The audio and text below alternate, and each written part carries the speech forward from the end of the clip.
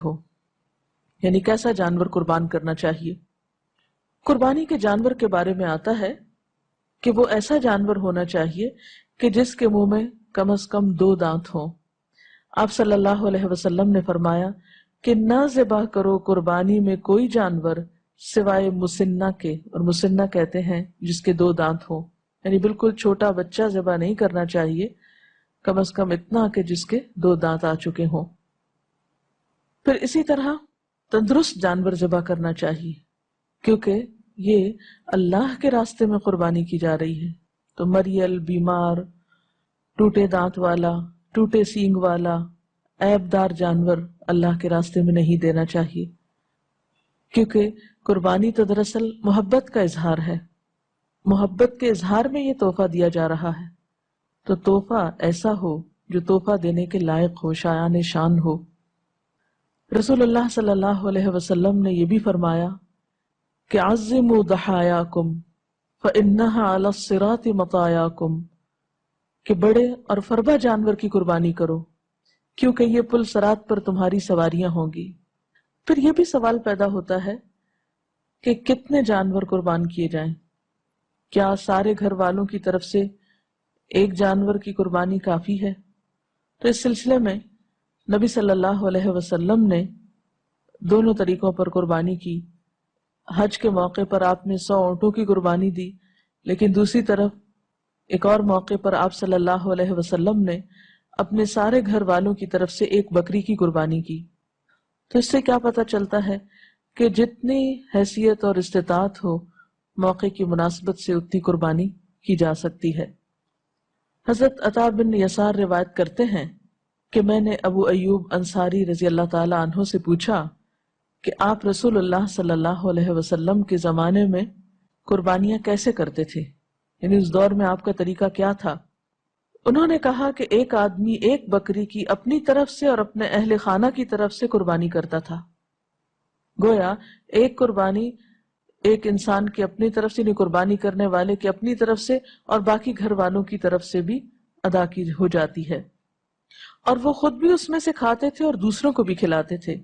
ہوتے ہوتے لوگ فخر کرنے لگے، یعنی صرف نمائشی طور پر پھر زیادہ سے زیادہ قربانیاں ہونے لگی، اور نوبت یہاں تک پہنچ گئی جو تم دیکھ رہے ہو، یعنی صرف ایک پر کفایت نہیں کی جاتی، محض دکھاوے کے لیے یا شان و شوکت کی خاطر زیادہ سے زیادہ تعداد بڑھا لی جاتی ہے۔ پھر اسی طرح ہم یہ دیکھتے ہیں کہ جانور ذبح کرنے کے بھی کچھ آداب ہیں، مثلا یہ کہ چھری تیز ہونی چاہیے، جانور کو ذبح کرتے وقت اسے اذیت نہیں دینی چاہیے۔ حضرت شداد بن اوس بیان کرتے ہیں کہ رسول اللہ صلی اللہ علیہ وسلم سے میں نے 2 باتیں یاد کی۔ آپ نے فرمایا اللہ تعالیٰ نے ہر چیز پر احسان فرض کیا، یعنی ایک محسن جو ہے اس کا احسان صرف انسانوں پر نہیں ہوتا، جانوروں پر بھی ہوتا ہے، اور جب ذبح کرو تو اچھے طریقے سے ذبح کرو۔ جب تم میں سے کوئی ذبح کرنا چاہے تو وہ چھری کو اچھی طرح تیز کرے اور اپنے جانور کو آرام دے، یعنی ذبح کرتے وقت جانور کو کسی قسم کی تکلیف نہیں دینی چاہیے۔ پھر اسی طرح یہ ہے کہ قربانی کرنے والا اگر قربانی اپنے ہاتھ سے ذبح کرے تو وہ زیادہ بہتر ہے، لیکن اگر وہ خود نہ کر سکتا ہو تو کسی اور سے بھی کروا سکتا ہے، اور خود پاس کھڑا رہ کر دیکھ بھی سکتا ہے۔ پھر اسی طرح جانور کو قبلہ رخ کر کے دعا پڑھ کے ذبح کرنا چاہیے، بسم اللہ اللہ اکبر سے شروع کرنا چاہیے۔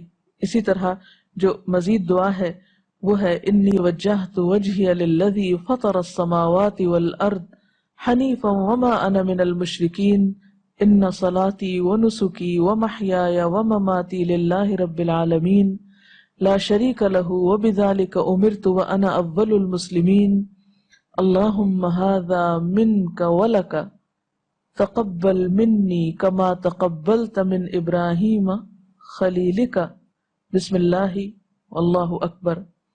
میں نے اپنا رخ اس ہستی کی طرف کر لیا جس نے آسمانوں اور زمین کو پیدا کیا، اور میں ہرگز مشرکین میں سے نہیں ہوں۔ بے شک میری نماز اور میری قربانی، میرا جینا اور میرا مرنا صرف اللہ رب العالمین کے لیے ہے، اس کا کوئی شریک نہیں ہے۔ مجھے اس کا حکم دیا گیا ہے اور میں سب سے پہلے سر اطاعت جھکانے والا ہوں۔ خدایا میں تیری خوشنودی کے لیے یہ قربانی کرتا ہوں، تو اسے مجھ سے قبول فرما لے۔ جس طرح تو نے اپنے خلیل حضرت ابراہیم علیہ السلام کی قربانی قبول فرمائی، اللہ کے نام پر ذبح کرتا ہوں، اللہ بہت بڑا ہے۔ پھر اسی طرح قربانی کرتے وقت یہ بھی خیال رکھنا چاہیے کہ قربانی کا گوشت اور کھال وغیرہ ان کا صدقہ کیا جائے۔ گوشت کے بارے میں تو یہ ہے کہ خود بھی کھا سکتے ہیں اور صدقہ بھی کر سکتے ہیں، لیکن کھال خود نہیں رکھ سکتے۔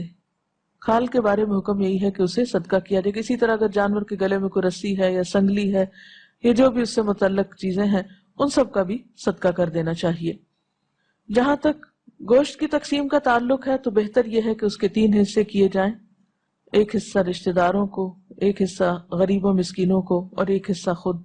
لیکن اگر کوئی شخص کسی دوسرے کو کچھ نہ بھی دے اور پورا خود رکھنا چاہے تو ایسا بھی کیا جا سکتا ہے، یعنی لازم نہیں ہے، فرض کے درجے میں نہیں ہے کہ دوسروں کو ضرور دیا جائے۔ اور اس کے برعکس اگر کوئی شخص خود کچھ بھی نہیں رکھنا چاہتا، سارا ہی تقسیم کرنا چاہتا ہے تو اس کی بھی رخصت ہے، یعنی اس میں کوئی ہارڈ اینڈ فاسٹ رول نہیں ہے کہ انسان ان 3 حصوں کے بغیر کچھ اور کر نہیں سکتا۔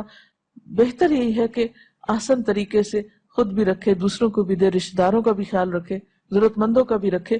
لیکن اگر ایسا نہ کیا جا سکے، اس تقسیم میں کوئی فرق آ جائے تو اس پر کوئی گناہ نہیں ہے۔